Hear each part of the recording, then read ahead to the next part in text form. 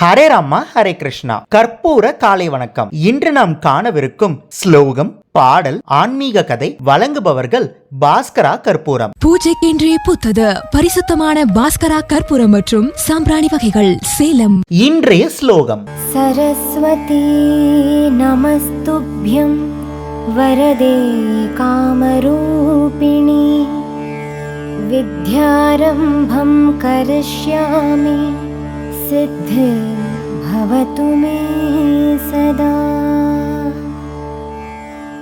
இன்றைய பாடல்: मनवा भोलो राधे राधे राधे राधे श्याम नाम. मनवा भोलो राधे राधे राधे राधे श्याम नाम. राम राम राम भोलो राम सीता पावना. राम राम राम भोलो राम सीता पावना. मनवा भोलो राधे राधे राधे राधे श्याम नाम. रंग रंग रंगा बोलो पांडुरंग पावना. रंग रंग रंगा बोलो पांडुरंग पावना.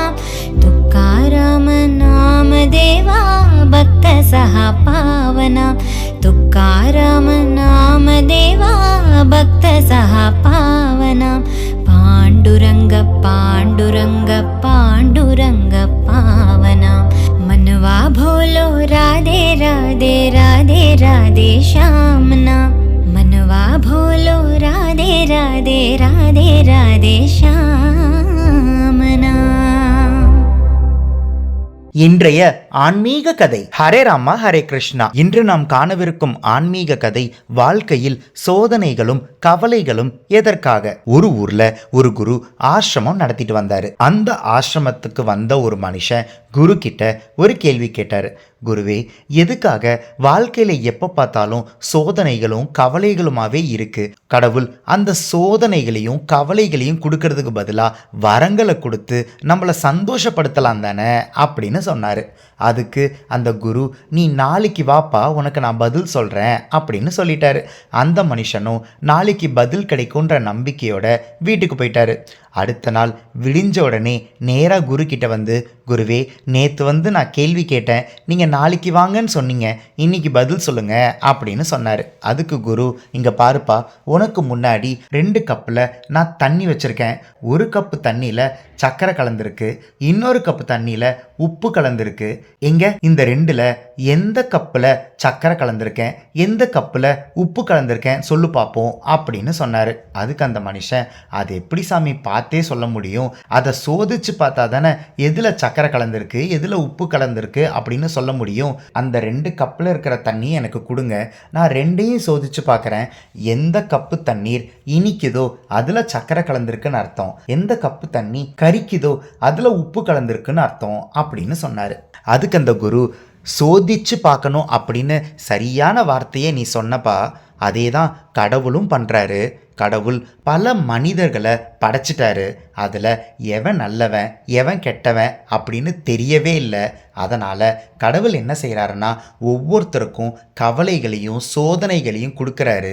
அந்த கவலைகளும் சோதனைகளும் வரும்போது நீ உன்கிட்ட இருந்து நல்ல குணங்களை வெளிப்படுத்தினா அதனால் உனக்கு புண்ணியத்தை கொடுத்து உனக்கு நல்ல வரங்களை கொடுப்பாரு.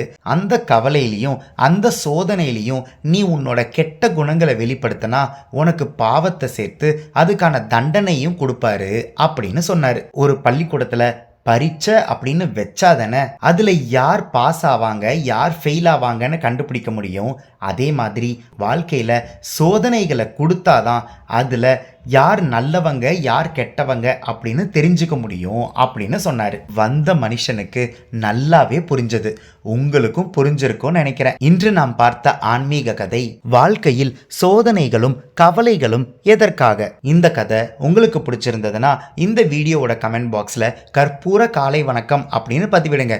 நாளை இன்னொரு ஆன்மீக கதையில உங்களை சந்திக்கிறேன். ஹரே ராமா ஹரே கிருஷ்ணா.